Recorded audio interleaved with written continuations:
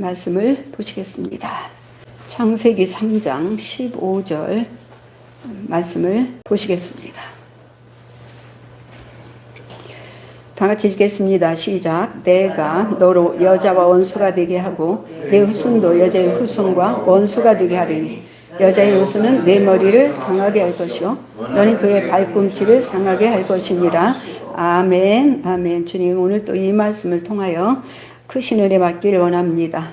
이 말씀이 우리에게 믿음을 주고 능력을 주고 어떤 상황 속에서 이런 생활과 이런 삶과 이런 어려움과 고난을 겪지 않을 수 없었는지를 깨닫게 하시고 알게 하신 근본을 전하고 증거할 때에 주의 성령이 함께 하시고 주장하셔서 이 말씀이 생명과 믿음이 되도록 축복하여 주시옵소서.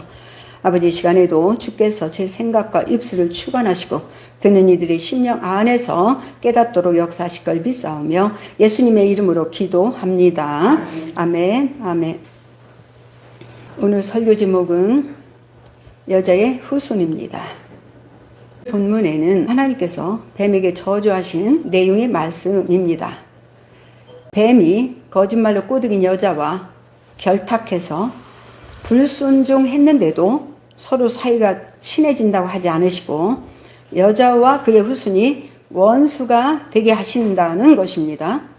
여기서 보면은요, 싸움에서 진 자와 이긴 자는 서로 친한 사이가 되는 것이 아니고 주중 관계가 되기 때문에 사이가 좋을 수가 없습니다.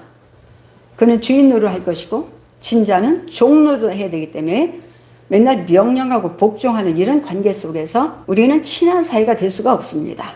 또한 여자의 후손이 내 머리를 상하게 한다고 하셨습니다. 여기서 중요한 건 여자의 후손이라는 말씀입니다. 모든 인류는 남자의 혈통을 따라서 태어납니다. 여자의 자궁은 아기가 성장하는 집이에요. 10달 동안 아기가 세상에 나올 수 있는 조건을 만드는 아기집입니다. 그러니까 여자의 자궁은 밭과 같아요. 남자가 뿌린 씨앗에 따라 어떤 씨를 뿌리느냐. 그래서 우리는 혈통을 굉장히 중요하게 여기잖아요. 남자가 어떤 씨냐. 그 사람이 영리한 사람이냐, 지혜로운 사람이냐, 부지런한 사람이냐, 그리고 똑똑한 사람이냐, 신실했던 사람이냐 라는 혈통이 들어오기 때문에 남자를 선택할 때도 중요하게 여기는 것이고, 아기가 아기집에서 성장할 때에 엄마의 또 영향력을 받는다는 사실이에요. 생물학적인 영향력을 받아요. 그렇지만 가장 큰 것은 남자의 씨입니다. 이 씨가 이 아기집에 들어와서 씨앗도 밭에 들어가서 크고 성장하는 거하고 사람도 정자가 씨가 들어와서 아기집에서 성장하고 자라고 자라다 나중에는 이 세상에 태어나는 그런 일을 합니다. 모두가 다 태어난 사람은 남자 없이 태어난 사람이 없어요. 여자만으로 태어난 사람은 존재하지 않습니다. 그런데 여기서 여자의 후손이라고 했다는 것은 굉장히 중요합니다. 여자의 후손이 오시면 뱀의 머리통을 깨부술 것이에요. 여기서 뱀은 요한계시록에 보면 뱀의 배후에서 역사하는 마귀에 대해서 얘기하고 있는 것이지만 그는 여자의 후손의 발꿈치 정도를 상하게 할 것이라고 되어 있습니다. 여자의 후손이 와서 마귀의 머리를 권세를 부시는 일을 하지만 또 발꿈치 정도로 육신을 상하게 한다는 얘기입니다. 그런데 남자의 혈통을 따르지 않는 여자의 후손이라는 점, 여기서 중요하게 여길 것은 하와는 하나님께서 보시기에 아담이 혼자 사는 게 좋지 않아서 그를 돕는 배필로 지으셨다고 창세기 2장 18절에 말씀하고 계십니다. 그런데 아담의 무엇을 돕는 배필인가 하고 성경을 깊이 살펴보았는데 놀랍게도 아담이 말씀에 불순종하도록 돕는 배필 역할을 했다는 것입니다. 하와가 에덴 동산의 살림살이나 에덴 동산을 지키는데 아담을 위해서 무엇을 도왔다는 내용이 없어요. 그런데 하와는 아담이 하나님처럼 되게 하려고 불순종하도록 도왔고 하와가 사랑스러워서 하나님 말씀보다 아내의 요청을 거절하지 않고 불순종을 했다는 이 두 가지가 합치되어서 엄청난 일을 저질렀습니다. 이 부부가 저지른 범죄의 결과는 죽으리라는 말씀대로 생명이 죽어버렸습니다. 먹지 말라는 나무의 열매를 먹은 아담을 하나님께서 부르셨습니다. 그리고 내가 그 열매를 먹었느냐고 물으셨습니다. 하지만 아담의 대답은 내가 먹긴 먹었지만 사실은 하나님께서 주신 그 여자가 주어서 먹었습니다. 내 탓이 아니라 하와 탓이라는 말이에요. 어떤 이유에서건 말씀에 불순종한 책임을 느끼고 용서를 비는 태도가 아니었다는 사실입니다. 하와가 줘서 먹었다는 건 하와 때문에 먹었다는 것이며, 하와를 주신 하나님이시니까 내가 먹을 수밖에 없었던 건 하나님이 책임이라는 말입니다. 사실 정확하게 따진다면 틀릴만도 아니에요. 아이들이 속을 썩일 때 보면요, 왜 나를 낳아놓고 속을 썩이느냐 따질 때가 있는 것처럼 자신이 저지른 일에 대해서 책임을 남에게 전가하려는 태도가 죄인들의 전형적인 특징입니다. 사람들은 자기가 저지른 죄에 대해서 책임질 능력이 없기도 합니다. 어떤 이유에서건 누가 꼬드겼든 누가 강압적으로 했든 뭐를 했든지 간에 그 일을 행한 사람은 나이기 때문에 유혹에 넘어갔든 꼬드김에 넘어갔든 내가 먹은 것이 잘못했습니다, 내 잘못입니다라고 흔쾌하게 고백하는 사람은 거의 없습니다. 무슨 일을 막 저지르고 나서도요, 막 그렇게 하지 않을 수밖에 없었다고 뭐 어쩌고저쩌고 막 이렇게 하는 것이 죄인들의 속성입니다. 그래서 하나님이 사람의 죄에 대한 책임을 지시려고 세상에 오십니다. 사람들은 불순종으로 영이 죽어버렸습니다. 근데 죽은 영을 살려낼 수 있는 길이 없어요. 근데 그 길을 책임지실 분은 오직 하나님밖에 없었기 때문에 결과적으로 하나님이 이 땅에 오셨습니다. 다시 말하면 내가 너희들을 창조했기 때문에 너희들이 지은 죄에 대해서 내가 책임을 지겠다. 이게 부모들이 그렇잖아요. 자식들을 이 모양 이 꼴로 이리 가지고 이랬다 그러면 내가 책임을 지겠습니다. 재산을 달라면 줄 것이고 감옥에 가라면 감옥에 갈 것입니다. 부모들이 그렇게 하듯이 하나님도 내가 책임을 지려고 이 땅에 오셨습니다. 원천적으로 사람을 창조한 하나님이 죄를 지은 대가를 대신 치르려고 사람으로 오신 것입니다. 사람은 죄를 지었어도 책임을 질 수가 없습니다. 이게 죄인들의 특징입니다. 창조하지 않았다면, 낳지 않았다면 힘든 세상에서 고생하지 않았을 거 아니냐고 따지고 들면 근본적으로 죄책감이 하나님께로 돌아갈 수밖에 없는 것입니다. 어쩌면 사실이 그럴지도 모릅니다. 사람을 창조하지 않았더라면 불순종도 없을 것이고 죄도 없을 테니 말입니다. 우리는 그가 만드신 바라 그리스도 예수 안에서 선한 일을 위하여 지으심을 받은 자니라고 에베소서 2장에 말씀하고 있습니다. 사람을 창조하신 건 예수 안에서 선한 일, 즉 생명의 일을 위해서 창조하셨다라고 말씀합니다. 우리가 이 땅에서 요 모양 요 꼴로 사는 꼴 보려고 하신 것이 아니고 하나님의 생명의 일을 위해서 예수 안에서 창조했다는 얘기입니다. 예수 안에서 창조했다는 얘기는 예수는 창세 전에 이미 사람들이 불순종한 죄를 지고 구원해 주시려고 책정이 되셨다는 사실입니다. 그런데 여기서 중요한 점은 아담은 선악을 알게 하는 나무 열매를 먹지 않을 수 없는 자유의지가 있었다는 점입니다. 때문에 우리도 이 고난에 책임이 있어 없어요? 그렇죠. 우리가 이 땅에 태어나서 고난을 겪는 이것이 우리에게도 사실 책임이 있어 없어요? 우리에도 있습니다. 우리는 얼마든지 이 고난대로 살지 않고 말씀에 따라서 고난을부터 벗어날 수 있는 길이 있었습니다. 여기서 그를 강제로 묶어놓고 입을 벌려서 열매를 먹게 한 것이 아닙니다. 하나님 말씀보다 하와의 말을 더 좋게 여기고 먹었다는 사실입니다. 그는 먹지 않으려고 했다면 얼마든지 먹지 않을 수가 있는 생명이 있었다는 것입니다. 그래서 선악과를 먹은 건 하와 때문이 아니라 자기가 먹기로 선택한 결과라는 사실입니다. 우리도 하나님 탓하는 대부분의 것들이 이런 식입니다. 하지만 모든 건 우리가 선택한 결과예요. 좋은 결과이든 나쁜 결과이든 결과적으로 우리가 선택한 것입니다. 어떤 상황 속에서도 열매를 먹기로 선택한 건 본인이지 다른 사람이 아니라는 사실입니다. 물론 하와에게 핑계를 댔어도 불순종의 대가는 피할 수가 없는 이유입니다. 우리에게는 선택할 수도 있고 선택하지 않을 수도 있는 자유의지가 하나님께서 주셨기 때문이에요. 어떤 핑계를 대도 불순종한 대가는 먹으면 죽으리라는 말씀대로 되는 일입니다. 불순종하는 순간 아담의 영은 죽어버렸습니다. 그래서 창세 전에 인류의 구세주로 예정되셨던 그리스도께서 아담의 죽은 영을 살리려고 세상에 오실 수 있는 길이 활짝 열리게 되었다는 사실이에요. 뭔 소리인지 아시죠? 엄청난 일입니다. 그리고 아담은 마귀 종이 되어 사망에 짓눌려 살게 되었다는 사실입니다. 하나님과 교제하던 영이 말씀대로 죽여버렸어요. 하나님의 생명이 끊어졌습니다. 영이 죽었으니 육신도 죽지 않을 수가 없습니다.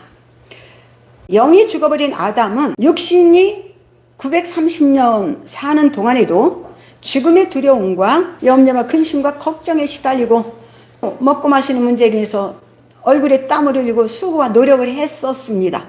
이거는 생명이 있을 때하고는 전혀 다릅니다. 육신의 죽음을 맞이했을 때까지도 죽음에 대한 공포와 두려움이 있었을까 없었을까요? 있었습니다.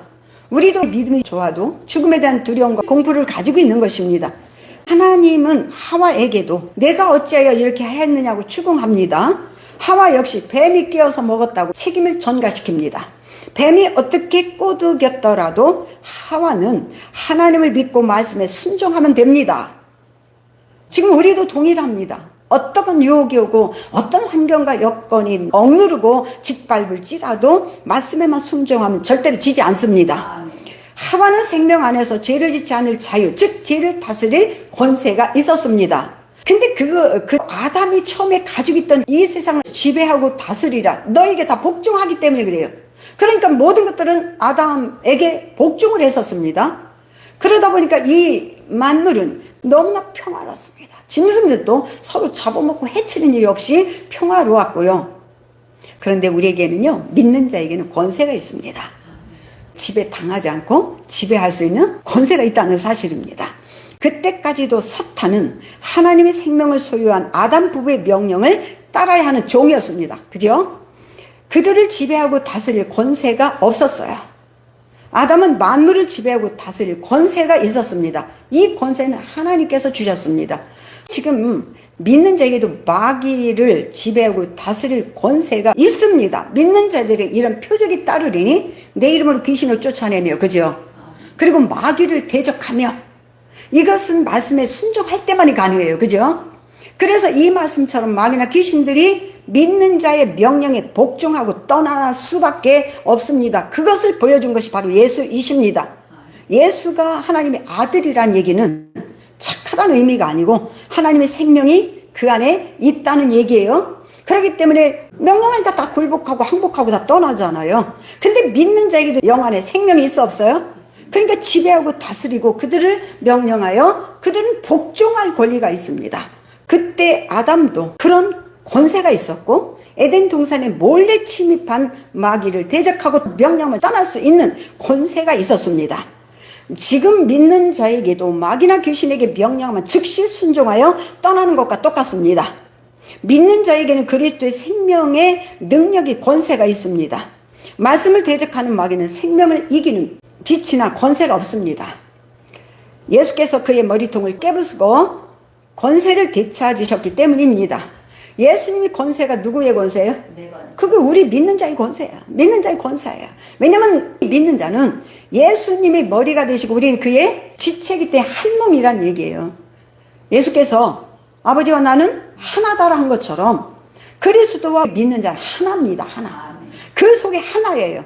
그러니까 처음에 범죄한 아담하고 하나가 되었지만 믿는 자는 예수와 하나가 되었습니다. 믿는 자는 마귀나 귀신을 전혀 두려워하지 않고 오히려 지배하고 다스립니다. 한 번은 꿈에 보니까 내가 옥상에 올라갔어요. 이 주택인데 옥상에 올라갔어요. 옥상은 되게 이렇게 사각이 되어 있잖아요. 옥상 자체가. 거기에 올라갔는데 네 구층에서 동시에 시커멓게 입은, 근데요 영의 나라에서 마귀나 귀신은요, 마귀가 범죄한 천사들이라고 해도요 벗고 다니는 게 없어요. 귀신 보았다는 사람도 벗은 귀신 봤다는 거 봤어요? 귀신이 나타났는데 빨개 벗고 나타났더라, 그런 거 봤어요? 없잖아요. 되게 보면요 아래 위로 다 붙은 새카만 옷을 입고 갓처럼 뭘 썼어요. 그것도 새카매. 그걸 입고 사방 구석에서 동시에 날라서 올라오더라고요. 올라와가지고 나를 포위하는 거예요. 이렇게 사방에서 나를 포위하고 있어요. 나는 이제 모두 가도 못하게 생긴 거예요. 그렇게 보고 있는데 어떤 한 그 더러운 영이 마귀가 물고기를 잡을 때 그물망 있잖아요. 그물망을 배에서 이렇게 확 던지잖아. 가까이 보지 못했는데 그렇게 하는 것 같더라고. 그래 배에서 막 쫙 던지면 그 추가 달려가지고 그것이 가라앉잖아요. 이렇게 가라앉는 동시에 거기에 있던 물고기가 들어가서 그물을 땡기면 그물 속으로 다 들어온단 말이에요. 그런 것처럼 그물과 같은 망을 나한테 확 던지니까 내가 그물망 속으로 푹 들어가 버린 거예요. 그럼 내가 꼼짝달싹 못 하겠는 거예요. 이것들이 그물을 어떻게 조금씩 땡기기 시작하는 거예요. 땡기기 시작하니까 나는 오도 가도 못하고 그물 속에서 이것들에게 끌려갈 수밖에 없었어요. 그때 내가 믿는 자, 하나님의 자녀라는 하나님의 권세와 같은 권세가 있다는 사실을 내가 즉시 아는 거예요. 꿈이라고 얘기하면 헛것이 아니에요. 육신이 아무것도 할 수 없는 무기력한 상태에서 영의 꿈과 환상을 통해서 영의 세계와 벌어지고 있는 일들을 보게 됩니다. 결과적으로 그들이 노리는 것은 나를 끌어가서 저들에게 아주 죽여버리고 아주 최고 싫잖아요. 믿음 있는 자가 최고 싫잖아요. 그래서 내가 이 더러운 것들아 예수의 이름으로 명하노니 당장 떠나지 못해 하고서 그물을 발로 싹 끌어올리니까 순식간에 걷어지면서 이들이 그냥 한순간에 다 아주 싹 사라져 버리더라고요. 실제적인 영적인 사실이에요. 우리는 눈앞에 보이는 것만 보이는 것이 아니에요. 이거는 바보 멍텅구리나 그렇게 알고 있어요. 이 세상에 보이는 것만이 진실이고 이 세상에 보이는 것만이 진짜라고 말하고 있는 사람들, 이게 영의 세계가 없다고 말하는 사람처럼 미련한 사람이 없고, 눈으로 뭘 볼 수가 있으며 귀로 뭘 볼 수가 있습니까? 영의 세계를 볼 수가 있어요? 마귀나 귀신을 볼 수가 있어요? 그러나 그들은 실제로 존재하는 세계에 있고, 사실은 우리가 믿는 하나님도 영이에요, 아니에요? 그분도 하나님이에요. 영인데 우리가 못 보지만 그분이 살아계신 믿잖아요. 그 얘기는 이 세상 말고 영의 세계가 있다는 얘기가 아니라는 얘기야. 하나님이 영의 세계에서 살고 계시는 곳이 있다는 얘기잖아요. 그렇기 때문에 영을 부정하는 것처럼 미련한 일이 없고 죽음은 끝이라고 말하는 사람처럼 어리석은 사람이 없단 말이에요. 죽음은 끝이라면 이렇게 살 필요가 없잖아요. 그런데요, 사실요, 죽으면 끝이라고 내 맘대로 살아야 되겠다고 사는데 내 맘대로 사라집니까? 뭐가 되는 일이 있는데요? 우리는 죽으면 반드시 영원히 살아서 어딘가로 가야 된단 말이에요. 그러나 우리는 주님께로 갈 것입니다. 아멘. 나는 생전에 주님을 믿었고 그분을 따랐고 그분의 말씀에 순종하여 지금까지 살아왔습니다. 아멘. 그리고 또 그분이 살아계심을 나는 믿기 때문에 분명히 데려가실 걸 내가 알아요, 몰라요? 이런 자유함과 평안함 속에서 우리는 이 땅에 사는 요 모양 요꼴인 문제 때문에 고민하고 번민하지 않습니다. 그런데다가 죽으면 천국 가는 것만이 우리에게 소유가 아니고 이 땅에서도 이 세상의 모든 걸 지배하고 다스릴 수 있는 권세가 있다는 사실입니다. 그러니까 죽은 뒤에만 자유로운 게 아니라 이 세상에서도 모든 상황과 여건과 모든 것들을 명령하고 지배하고 다스릴 수 있는 권세까지도 주셨어요. 그것은 하나님께 순종하는 길입니다. 자, 마귀가 거짓말로 꼬드기고 가진 유혹해도 말씀을 따르거나 따르지 않는 거냐 하는 건 본인의 선택입니다. 마귀가 불순종하도록 강압적으로 지배하고 다스릴 수가 없다는 얘기입니다. 우리가 그가 말하는 말에 순종해야 지배할 수 있는 거예요. 그죠? 말씀에 순종하면 결단코 우리를 지배해요, 못해요? 육신이 연약해서 영의 세계를 보지 못한다 할지라도 믿음에 따라서 말씀에 순종하면 우리를 결단코 지배하지 못합니다. 믿는 자에게 말씀 법입니다. 할렐루야. 하나님의 뜻입니다. 하나님 뜻은 그대로 이루어집니다. 아멘. 아담은 하와가 금단의 열매를 주면서 하나님처럼 되니 먹으라고 아무리 꼬드겨도 하와의 말을 단번에 거절할 자유가 있었습니다. 그의 영은 생명이 있었습니다. 만물을 다스리고 지배하는 권세가 있었다는 말이에요. 우리 믿는 자도요, 믿음이 시원치 않고 어제 예수를 믿었어도요, 우리는 그때부터 하나님의 자녀된 권세가 있어 없어요? 그때부터 세상을 지배하고 다스릴 수가 있고 악한 영들을 지배하고 다스릴 수가 있습니다. 이 얘기는 우리를 못 살게 만들고 삶을 피폐하게 만들고 어렵게 만드는 배후에 이 더러운 영들이 마귀나 귀신이 지배하고 있다는 사실이에요. 불순종하기 전에 하와는 말씀을 알고 있었고 아담도 말씀을 알고 있었습니다. 알고 있었기 때문에 마귀가 꼬드길 적에 저 나무 열매는 먹지 말라고 하더냐? 이렇게 묻잖아요. 말씀을 알고 있는지 아는지 벌써 테스트 하잖아요. 그런 것처럼 우리도 말씀을 안다는 것은 별로 중요하지 않습니다.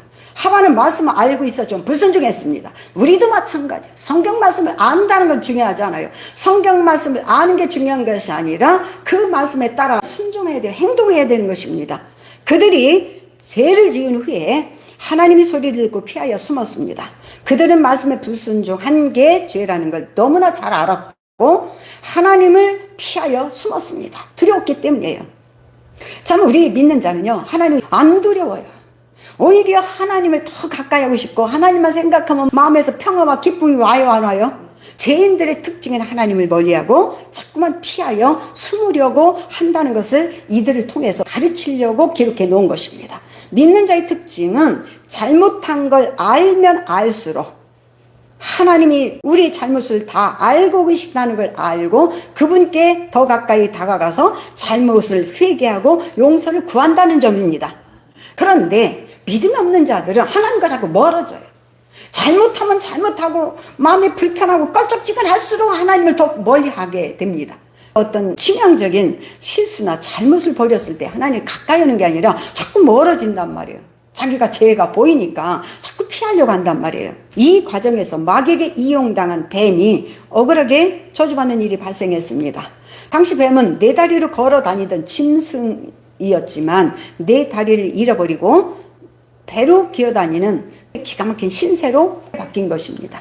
아담만이 생명을 잃은 게 아니라 뱀도 네 다리를 잃어버렸습니다. 만물의 모든 피조물이 마귀에게 짓눌려 탄식하며 저주 아래 살게 된 것도 아담의 불순종한 결과입니다. 기독교는 다른 종교와 달리 하나님의 계시를 따르는 말씀을 따르는 신앙입니다. 하나님의 말씀으로부터 시작됩니다. 천지 창조와 인간 타락과 인간 구원 등등에 대한 모든 그 이유와 원인과 이치와 이 모든 것을 깨닫게 하시는 것은 말씀에서 계시로부터 온 것입니다. 이 모든 이치는 하나님의 계시로만 세상에 알려졌습니다. 우리가 알다시피 선악을 알게 하는 나무는 생명과 사망을 경험하게 하는 나무 열매였습니다. 하나님의 말씀이 선, 즉 생명이시고 생명이 없는 상태가 악, 즉 사망입니다. 사망은 생명이 없는 상태에서 겪는 모든 것들이고 생명은 하나님 안에서 경험하는 모든 것들입니다. 사람이 지은 최초의 죄의 본질은 그가 받은 유일한 하나님의 계명에 불순종한 결과물입니다. 어떤 의미에서 불순종은 하나님의 생명으로 연결된 고리가 끊어졌을지라도 하나님 밖에서 자율성과 독립성, 사실은 하나님처럼 된다는 뱀의 말처럼 독립성을 가졌다라고 볼 수도 있지만 실상은 사망에 처한 마귀에게 종속되었다는 결과입니다. 하나님 밖에 있는 사람은요, 하나님으로부터 자유로워요, 안 자유로워요? 하나님 밖에 있는 사람. 예, 엄청나게 자유롭죠. 하고 싶은 대로 하잖아요. 하나님 안에 있는 우리는 하고 싶은 대로 안 하죠. 하나님 안에서. 왜냐면 하고 싶은 대로 말하면 마음이 불편합니다. 하고 싶은 대로 하지 않습니다. 그런데요, 하고 싶은 대로 하는 그것이 우리를 편하게 해주는 것이 아니라 조금 불편하고 힘들지라도 하나님 말씀에 순종할 때 뭐가 봐요? 평화와 기쁨과 감사가 들어온다는 사실입니다. 우리는 감사가 그냥 말이라고 생각하지만 그 감사가 내가 지금 만난 어려운 모든 문제를 해결하는 해결책이에요. 감사가 결과적으로 감사를 불러와요. 감사를 다 불러와요. 감사가 감사를 불러오고 믿음이 믿음을 불러오고요. 그리고 평안이 평안을 불러옵니다. 그렇죠? 왜냐하면 모든 것은 우리가 믿는 그대로 역사가 나타나기 때문입니다. 하나님을 떠나서 스스로 자유롭게 사는 피조물은 존재하지 않습니다. 생명의 근원은 하나님이시며 생명의 피조물에게 전달수다는 말씀입니다. 피조물이 말씀에 순종함으로 하나님의 생명 안에서 자유를 누리게 하셨습니다. 선이란, 생명이란 하나님의 말씀으로 공급되고 악은 하나님의 생명을 잃어버린 피조물이 말씀을 떠나서 스스로 독립적으로 옳고 그름을 판단하는 행위라고 사실 볼 수 있습니다. 성경의 말로 표현하자면 하나님의 의를 모르고 자기 의를 세우려고 힘써 하나님의 의에 복종하지 않는 이것이 바로 악인 것이고, 이것이 하나님을 떠나서 말씀 밖에서 사는 것입니다. 이것이 곧 사망 안에서 사는 것입니다. 결국 하나님의 생명을 잃어버리고 하나님 밖에서 막에 종속된 상태가 사망입니다. 선악을 알게 하는 나무란 생명과 사망을 경험하는 나무였습니다. 말씀에 불순종하기 전에 아담은 불순종으로 인한 사망에 대한 인식조차 불가능했을 것입니다. 어쩌면 죽으리라는 것의 의미조차 정확하게 이해하지 못했을 것입니다. 그에게 불순종 크게 신경 쓰이는 존재가 아니었을지도 모릅니다. 사망의 지배 아래에서 태어나 사망의 지배를 받는 인류가 생명을 말하면 너무나 낯설게 다가오는 것과 같을 것입니다. 지금 생명하면 참 낯설잖아요. 뭔 얘기를 하고 있는지. 우리는 사망 안에서 태어났고 생명이 없는 채로 세상에서 살아갔고 생명이 없는 세상의 지식을 따랐고 관습과 문화를 따라서 살아왔단 말이에요. 그런데 여기서 하나님으로부터 온 생명이라고 말하니까 이 생명이 얼마나 파찬해 보이고, 지금 아담의 생명 안에서 창조되었고 생명으로 살아간 자에게 사망을 경험해 본 적이 없을 때에 사망에 대해서 얼마나 생소하겠습니까? 그렇지요? 그러니까 불순종하면 뭐 어때요? 뭐 이렇게 할 수도 있지요. 그런 것처럼 사망 안에서 태어나서 이 세상의 풍속과 방법대로 살아가는 우리도 생명, 믿음 안에서 사는 것이 얼마나 거추장스럽고 낯설고 어색하고 불편할지, 그렇지 너무나 하찮고 아무것도 아닌 것처럼 생각할 수밖에 없는 것과 같은 것입니다. 하와가 선악과를 따먹었을 때 별다른 변화가 없었을 것입니다. 이때 아담만 불순종하지 않았더라면 하와의 범죄로는 아담이 죽음을 맞이하지 않았을 것입니다. 그러면 하와도 살았을 것입니다. 하지만 하와가 그 열매를 주었을 때 아무런 갈등도 없이 덥석 받아먹은 걸 보면 죽으리라는 말씀의 의미를 제대로 이해하지 못했다고 생각이 됩니다. 지금 우리가요, 믿음대로 된다라고 말할 때에 의미를 갖지 않잖아요. 그리고 하고 싶은 대로 말하잖아요. 아무 생각 없이 그냥 말하잖아요. 그러고도 그거에 대해서 갈등이나 불편한 마음이 없잖아요. 그 말이 엄청나게 중요하다는 걸 모르고 있기 때문에 그런 것과 똑같듯이 지금 같은 얘기입니다. 지금 우리가 믿음 안에서 죽음의 두려움에 시달리듯이 말입니다. 그것이요, 우린 익숙해요. 너무나 익숙해요. 두려워하고 근심하고 염려하고 걱정하는 것이요, 너무나 익숙하단 말이에요. 그래서 평안하십시오. 평안하십시오. 그러면요, 저항하고 대들어요. 지금 내가 평안할 때가 있냐고, 내가 얼마나 걱정과 근심과 염려로 덮어졌는데 나보고 평안하라고요? 하고 막 대들잖아요. 왜냐면 내가 걱정하고 염려하는 것을 해결하는 길이 평안이란 얘기예요. 평안할 때 그 문제들이 다 어떻게 돼요? 하나님이 다 치워준다는 얘기예요. 그러니까 지금 뭐가 뭔지도 모르고 대들고 그런단 말이죠. 하나님의 생명이 없는 사망 안에서 독립적으로 살아가는 고통이 얼마나 큰지 아담은 이것이었구나 비로소 경험하게 되었을 것입니다. 죽음의 심각성에 대해서 고민한 흔적도 없습니다. 사실은 그가 사망의 정체를 알게 된 건 불순종한 직후였을 것입니다. 그는 자기 안에서 벌어진 것에 대해서 즉시 알았을 것입니다. 그렇지만 더 힘겨운 건 땅도 저주를 받아서 그동안 누리던 에덴 동산에서의 생활과 전혀 다른 저주받은 땅에서 힘겨운 생활을 시작했다는 것입니다.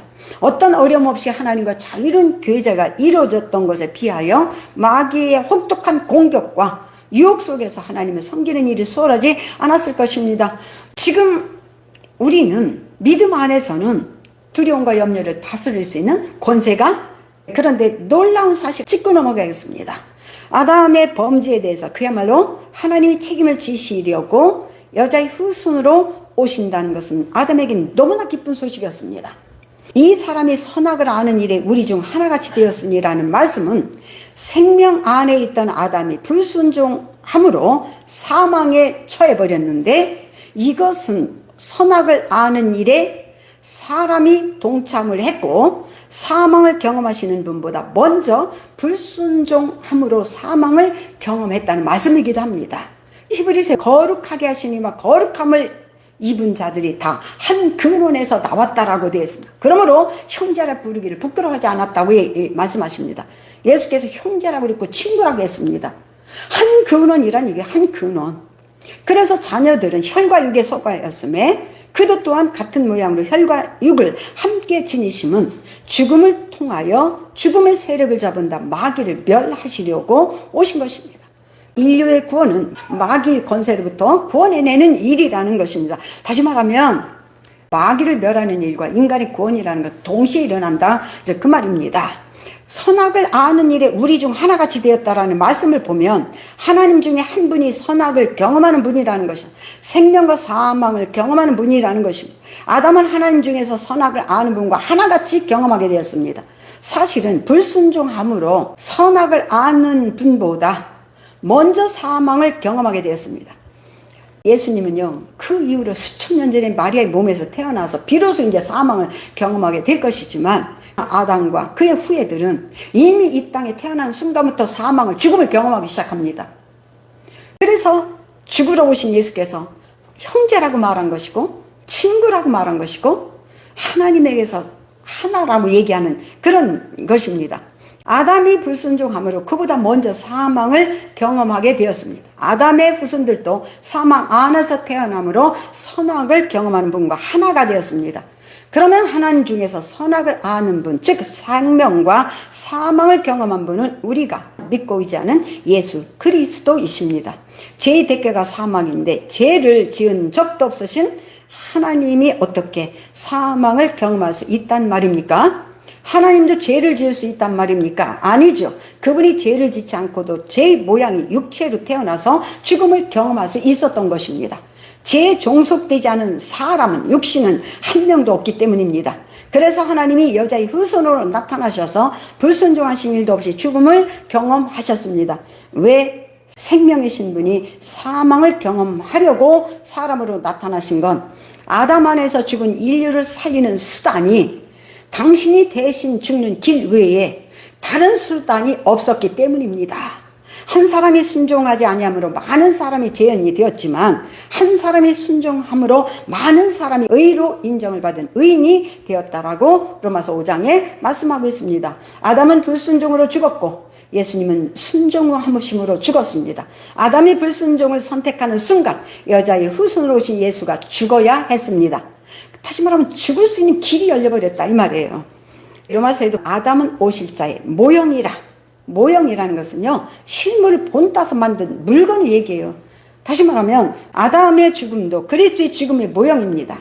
사람은 예수님의 형상과 모양을 본따서 만드셨습니다. 그러므로 아담의 죽음은 곧 그의 모양인 실체인 그리스도의 죽음을 보여주는 하나의 반사체입니다. 이 말은 아담이 그 열매를 먹는 순간에 예수의 죽음이 확정되셨다는 말입니다. 사람은 하나님의 형상을 따라 모양대로 지으신 하나님의 반사체입니다. 자식을 목숨처럼 사랑하듯이 하나님이 반사체인 인간을 하나님이 사랑하시면 당연한지도 모릅니다. 결국 아담의 죽음은 하나님의 죽음을 반영하는 셈입니다. 그러니까 우리가 이 죽음을 맛보는 것은 이미 예수께서 죽으심을 맛본 것과 동일하게 같은 하나로 되어 있는 것. 예수님이 죽음을 맛본 것과 우리 죽음을 맛보는 것은 똑같은 것입니다. 그렇기 때문에 예수님과 형제이고 친구가 되는 것입니다. 결국 아담의 죽음은 하나님의 죽음을 반영한 셈입니다. 하나님은 아담을 살리기 위해서 아들을 죽이려고 세상에 보냈습니다. 이유는 인간을 향한 하나님의 사랑 때문입니다. 이렇게 예수께서 죽으심으로 하나님께서 우리에 대한 자기의 사랑을 확증하셨다. 하나님이 이 사람으로 오셔서 죽으신 것은 말로만 사랑한다라고 얘기한 것이 아니라 행동으로 직접 죽음으로 보여주셨단 말이에요. 사람은 하나님의 사랑의 대상으로 창조됐습니다. 왜? 그리스도 안에서 선한 일을 위하여 지으심을 받은 자였기 때문입니다. 사람이 없으면 하나님의 사랑을 드러날 대상이 없다는 말씀이기도 합니다. 하나님은 죽기까지 사람을 사랑하셨습니다. 사랑엔 아무런 조건이 붙지 않습니다. 이렇게 하나님께서 인류에 대한 사랑은 아들이 목숨을 내줄 만큼 크셨습니다. 뱀이 사탄의 상징이라는 것을 계시록에 나옵니다. 뱀의 머리를 타격하는 것은 아담의 실패를 다시 승리로 이끄는 예언이라고 오래된 유대인의 해석에서도 기록했습니다. 예수께서 사탄의 권세를 타격하여서 그 권세를 다시 되찾아오는 것을 마태복음 28장에도 했습니다. 내가 세상을 이겼노라. 할렐루야. 아멘. 하늘과 땅의 모든 권세를 내가 가졌다. 그러니까 너희들은 마음 놓고 세상에 나가서 지배하고 다스리라고 말씀하시잖아요. 이런 예언은 아담에겐 생명수였을 것입니다. 아담은 이 말씀의 의미를 다 깨달았을 것입니다. 다 알아들었을 것입니다. 그때 뱀에게 머리통을 깨부술 것이고 여자의 후손이 올 것이다라는 것을 아담은 전부 다 알아들었을 것이고 무슨 내용인지 깨달았을 것입니다. 그것이 굉장한 희망이 되었을 것이고 그것이 삶을 붙잡아둔 말씀이 되었을 것입니다. 그러므로 죄를 지은 이후에도 아담과 그의 후손들이 하나님을 믿고 섬기는 걸 볼 수가 있습니다. 하지만 대가 없는 결과는 불가능했습니다. 여자의 후손이 와서 뱀의 머리를 타격하겠지만 그의 발꿈치도 상하게 됩니다. 메시아의 죽음을 예고한 것입니다. 아담이 죄를 저지른 후에 말씀하신 예언이었습니다. 그러는 과정에서 여자의 후손도 죽음을 맛보게 된다는 것을 말씀하고 있습니다. 아담에게 이 말씀은 생명줄이었을 것입니다. 사탄에게 이 세상을 지배하고 다스리는 최고의 통치권을 뺏기고 그의 종살이가 시작된 그에게는 마지막 생명줄의 예언의 말씀이었을 것입니다. 이렇게 생명 안에서 왕노릇하는 건 아담의 왕권을 되찾았다는 말씀입니다. 무엇에 대한 왕노릇일까요? 로마서 5장 보면 한 사람의 범죄로 말미암아 사망이 한 사람을 통하여 왕노릇하였은즉 더 은혜와 의의 선물을 넘치게 받은 자들 한 분 예수를 통해서 생명 안에서 왕노릇하리라라고 말씀했습니다. 자, 여기서 영의 죽음은 사단의 본성인 미움과 거짓과 가난과 질병 등등 그 안에 모든 것이 포함되어 있습니다. 예수 그리스도 안에서 왕노릇하리다라고 했는데 무엇에 대한 왕노릇일까요? 영적인 것입니다. 죽은 것도 영이 있고요. 예수 때문에 사는 것도 영입니다. 그럼 무엇에 대한? 환경과 질병과 죄와 미움과 등등 마귀에게 속한 이 세상에 속한 모든 것들을 지배하고 다스릴 수 있는 왕권입니다. 믿는 자는 그들이 물러가도록 명령하면 떠납니다. 이제 사망의 세력들은 그리스도 안에 있는 우리를 결단코 다스리거나 지배하지 못합니다. 믿는 자라면 명령하십시오. 병은 물러가라. 실패는 물러가라. 불안과 두려움은 떠날지어다. 가난은 물러갈지어다.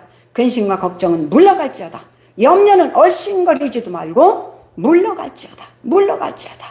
내가 시작할 때에 옥상에 올라갔다가 시커멓게 입은 마귀가 내가 예수 이름을 명하니 물러갈지어다 하니까 즉시 사라진 것처럼 우리가 명령할 수 있습니다. 그것으로 인해서 어떤 문제가 발생했을지라도 그것 때문에 근심과 두려움을 받아들이지 말고 물러갈지어다. 물러갈지어다. 염려나 근심은 떠나갈지어다라고 명령할 수 있는 왕권을 가졌다는 사실입니다. 여기서 설교를 마치겠습니다. 기도하시겠습니다. 주님, 오늘도 믿는 자의 권세가 얼마나 큰지를 설교했습니다. 믿는 자는 왕권을 가졌습니다. 왕권은 환경과 여건과 상황과 가난과 질병과 모든 것을 물러가도록 명령할 수 있는 권리를 가졌다는 것이고 권세를 가졌다는 것입니다. 이제는 환경과 여건에 따라서 휘둘리지 말게 하시고 요동치지 말게 하시고 믿음 안에서 말씀 안에서 붙잡고 이기고 승리하도록 축복하여 주시옵소서. 예수님의 이름으로 기도합니다. 아멘. 아멘.